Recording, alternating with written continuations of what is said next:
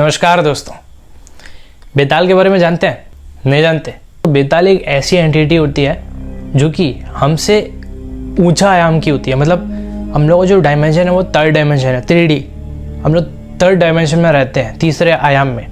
ये जो बेताल होते हैं ना दोस्तों, ये बहुत ऊपर के आयाम में रहने वाले जीव हैं। ये वो जीव हैं, ये वो आत्माएं हैं जो मृत्यु और मोक्ष के बीच में बंध जाते हैं। तो ये वाला जो एंटिटी है ये बहुत डेंजरस एंटिटी है। ये अगर किसी के ऊपर बिगड़ गया ना, आपने सुना होगा बेताल पीड़ा। बेताल पीड़ा एक ऐसा पीड़ा होता है जिससे कोई बच नहीं सकता, कोई ताकत उससे बचा नहीं सकता बेताल से। बेताल अगर किसी के ऊपर बिगड़ता है तो, बेताल अगर किसी के ऊपर प्रसन्न हो जाता है ना, वो ऐसा ऐसा चीज़ आपके सामने रखेगा आप इमेजिन भी नहीं कर सकते। लेकिन कुछ कुछ बेताल ऐसा भी होते हैं जो खतरनाक होते हैं। भाई देखो, हर एक बेताल ना वो बेताल नहीं होता जो विक्रम के कंधे में चढ़ के उसको स्टोरी सुनाएगा।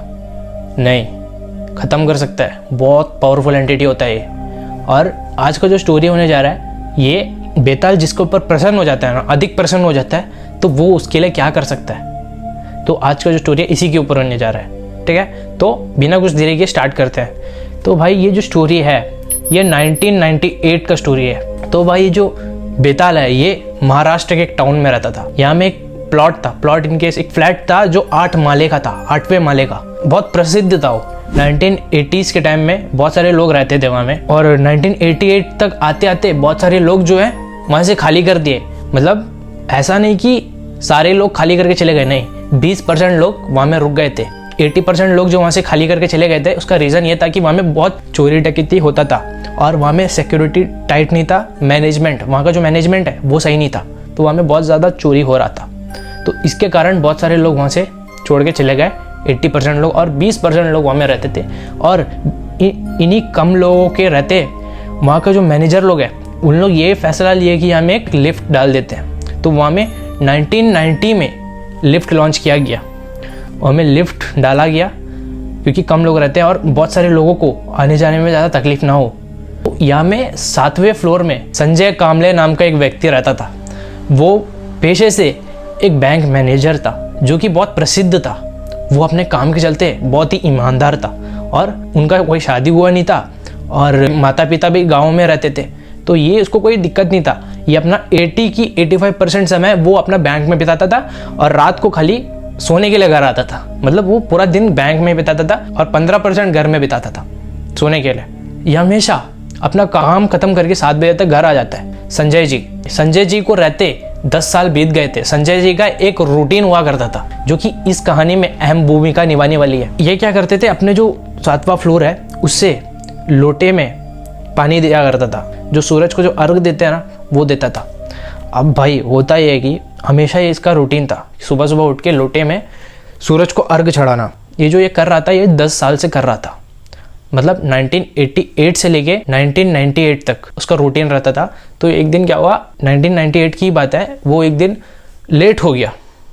मतलब बैंक में कुछ ऐसा काम आ गया था जो कि पूरे एम्प्लॉय को हिला के रख दिया था। वो उस काम के चलते बहुत लेट हो चुका था।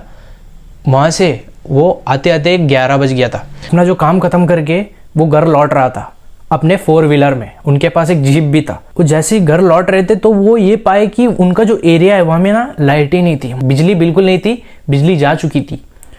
तो वो अपना फ्लैट पहुँचते हैं और वो ये पाते हैं कि यहाँ में कोई सिक्योरिटी गार्ड वगैरह बैठा ही नहीं है। वो ये चीज़ देख के परेशान हो गए कि हमें कोई बैठे ही नहीं है यार, ऐसे कैसे होगा, हमें तो बहुत सारा चोर होगा, आना जाना रहता है, कब क्या हो जाए बोल नहीं सकता। ये चीज़ सोचते हुए जा रहे थे। वो अपना लिफ्ट का बटन दबाते हैं, लिफ्ट भी काम नहीं करता है। ये अपना मन में यही सोच रहे हैं कि अरे यार, लिफ्ट भी ना 3-4 सालों से कभी कभी बंद हो जा रही थी, लगातार कभी कभी बंद हो जा रही थी, कभी कभी चलता है, कभी कभी नहीं चलता है। तो ये सीन था ये लिफ्ट का। तो संजय जी सोचते हैं अरे यार, आज भी मुझको सीढ़ी चढ़ के जाना पड़ेगा, बहुत तकलीफ है, ऐसी थक गया बहुत, और ये लिफ्ट को भी अभी ख़राब होना था। खैर मैं चल के जाता हूँ। फर्स्ट फ्लोर चढ़ने की कोशिश करता है, सीढ़ी चढ़ता है, तो वो उनको ऐसा महसूस होता है कि इनके पीछे भी कोई चल रहा है। वो पलट के देखते हैं, छोड़ो कोई नहीं बोल के फिर से आगे बढ़ते हैं। जैसे सेकंड फ्लोर आता है, उनको फिर से ऐसा आभास होता है कि उनके पीछे से कोई चल के आ रहा है लिटरली। वो रुकते हैं, पलट के देखते हैं, तो वो ये पाते हैं कि बाहर का जो रोशनी है स्ट्रीट लाइट का, चांद का स्ट्रीट लाइट का जो भी है, वो अंदर आ रही है।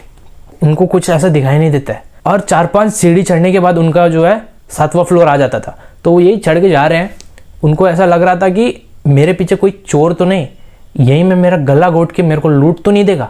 ये चीज़ उनके माइंड में था, क्योंकि उनको ऐसा आभास हुआ कि उसके पीछे से एक बार नहीं 2-3 बार उनको ऐसा लग रहा था कि कोई मेरे पीछे से चल के आ रहा है। वो मनी मन गुनगुना के चल रहे थे, यही सोच के कि कोई मेरा जो है ये आवाज़ सुन के कोई जाग जाएगा और मेरा मदद कर लेगा। और वो अपना कदम आगे बढ़ाते गए। जैसे ही उनका जो है 6वां फ्लोर आया, तभी उनको ऐसा फील होता है कि उनके पीछे से गुट गुट गुट गुट गुट गुट गुट गुट गुट गुट ऐसा साउंड आता है।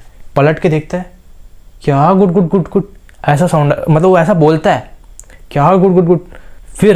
फिर जैसे ही कदम आगे बढ़ता है, फिर से उनको ऐसा साउंड आता है, टुक टुक टुक टुक टुक टुक टुक। फिर संजय जी घूमते हैं, बोलते हैं कि क्या गुट गुट, क्या टुक टुक, सामने आ, संजय बोलो, संजय, गुट गुट गुट गुट नहीं, ऐसा बोलता है। तो उस समय में ना संजय जी के पास फ़ोन नहीं था, मोबाइल नहीं था, उस समय किसी के पास भी नहीं था। संजय जी क्या, उस टाइम टेलीफोन चलता था, जो लैंडलाइन फ़ोन होता है ना, वो चलता था। तो इसके कारण वो फ्लैश भी नहीं मार सकता था। अब भाई बोलता है कि मुझे अंधेरे में कुछ दिखाई नहीं दे रहा है, तुम कौन हो, मुझे बता सकते हो? संजय जी बोलता है। तब वहाँ से कुछ आवाज़ नहीं आता है। फिर से संजय जी बोलता है कि मुझे डराने की कोशिश मत करो, सीधा आओ, मुझे पता है पीछे से कोई आ रहा था, मुझे फर्स्ट फ्लोर में ही आवाज़ हो गया था कि कोई तो है मेरे पीछे। तभी वहाँ से आवाज़ आता है, संजय जी बोलता है कि कौन है? तभी वहाँ से आवाज़ आती है कि संजय, मैं दामोदर। तो संजय बोलते हैं कि दामोदर कौन? तो हमारा जो फ्लैट है यहाँ में कोई दामोदर रहता ही नहीं ना, यहाँ में कोई दामोदर नाम का इंसान है ही नहीं इस पूरे एरिया में। तो वो जो भी था वो कहता है कि तो मैं भी कहाँ कह रहा हूँ कि मैं इंसान हूँ। तो संजय जी हैरान हो जाते हैं, पूछते हैं कि तुम कौन हो? फिर मैं भूत हूँ। अब जैसे ही संजय जी ये सुनता है, उनके हाथ पैर ठंडे पड़ जाते हैं, वो उनका हाथ लिटरली कांपना शुरू हो जाता है। उनके बगल एक रेलिंग था, उसको पकड़ के वो खड़े हो जाते हैं ताकि गिरे ना, कुछ हो ना जाए। वो जो भी एंटिटी था वो बोलता है कि देखो संजय, मुझे पता है तुम डर रहे हो, मुझसे डरो मत, अगर मुझे कुछ करना होता तो मैं बहुत पहले ही कर चुका होता। तो संजय जी के मन में भी आता है कि हाँ, क्योंकि ये जो साउंड है ये मेरे को फर्स्ट फ्लोर से ही आ रही है और यहाँ तक लगातार आ रही थी, अगर इसको कुछ करना होता तो ये बहुत पहले ही कर चुका होता, अभी ये नहीं करता है तो आगे भी नहीं करेगा। वो बोलते हैं कि आपको क्या काम है मुझसे? मुझे पता है आप यहाँ में घूमने वाले जितने भी हवा है उसमें से एक हवा हो, आपको ऐसा क्या बात करना है मेरे से? वो हिम्मत करके ऐसा बात बोल देते हैं संजय जी। तो वो जो भूत है वो बोलते हैं कि संजय, तुम जितना जल्दी हो सके यहाँ से निकल जाओ, क्योंकि 5 घंटे के बाद यहाँ में आग लगने वाली है। तो संजय जी जैसे ये बात सुनते हैं, उनके पैरों को नीचे से ज़मीन निकल जाती है। तो संजय जी फिर उनसे पूछते हैं कि ये आपको कैसे पता? मैं भूत हूँ, मुझे सब चीज़ पता है। तो संजय जी बोलते हैं कि लेकिन आप मुझे ही सिर्फ बचाना क्यों चाहते हैं? वो भूत बोलता है कि इसके पीछे बहुत बड़ा रीज़न है संजय, तुमने मेरा बहुत मदद की है, तो मेरा भी फ़र्ज़ बनता है कि मैं भी तुम्हारा जो कठिन समय है इसमें मैं तुम्हारा मदद करूं। संजय बोलते हैं कि मैंने क्या मदद किया आपका करके? तो बोलते हैं कि तुम जो सूरज के नाम में हमेशा जल चढ़ाने आते हो ना, वो जो 7वें माले से तुम जो जल छोड़ते हो वो सीधा मेरे पीपल के पेड़ में आके गिरता है। तो भाई वो जो फ्लैट था वो हमें एक पीपल का पेड़ भी था साइड में बड़ा सा, उस पीपल के पेड़ में उस भूत का वास था। तो जब भी संजय जी वो अर्घ देने आते हैं ना सूरज को, उस बहाने वो जो पानी है वो सीधा पीपल के पेड़ में गिरता है जाके जड़ में। मुझे जब भी प्यास लग रही होती है, मेरा हालत एकदम ख़राब हो जाता है ना प्यास के मारे, तो तुम मुझे हमेशा पानी पिलाते हो, सूरज के ज़रिए तुम मुझे हमेशा पानी पिलाते हो। अभी टाइम नहीं है संजय, जितना जल्दी हो सके अपना कीमती सामान जितना भी है सबको लेके यहाँ से निकल जाओ। 5 घंटे के बाद यहाँ में आग लग जाएगी और यहाँ में रहने वाले जितने भी लोग हैं सबकी मृत्यु हो जाएगी, इससे पहले तुम निकल जाओ। तो जैसे ही संजय जी ये बात सुनता है, वो उनके कदम नहीं रुकते हैं, वो सीधा भागते हैं। उनको अंधेरे में कुछ दिखा नहीं, जो भी था वो एंटिटी कुछ दिखा नहीं, लेकिन उनको क्लियर कट आवाज़ आ रही थी, एकदम मोटा, एकदम मतलब क्लियर कट एकदम मोटा आवाज़ भाई, एकदम भारी आवाज़ था वो। तो वो जाते हैं सीधा, जितना भी कीमती सामान था सब पैक करते हैं और सीधा अपना जीप में डालते हैं और निकलते हैं। वो जाते जाते अपने जीप से अपना रियर व्यू मिरर सेट करते हैं। जैसे वो पीपल पेड़ के तरफ करते हैं तो वो क्लियर कट पाए हैं कि लाल लाल चमकदार आंख वो पीपल पेड़ के ऊपर से उसको देख रही है। संजय जी ऐसा आंख बंद करते हैं देखते साथ एक सिरन सी दौड़ जाती है, सीधा वो जीप भगाते हुए सीधे एक होटल में। ऐसा लग रहा था कि आज का रात जाए ही ना। ये मैंने सचमुच में सुना था या मेरा वहम था, मुझे नहीं पता।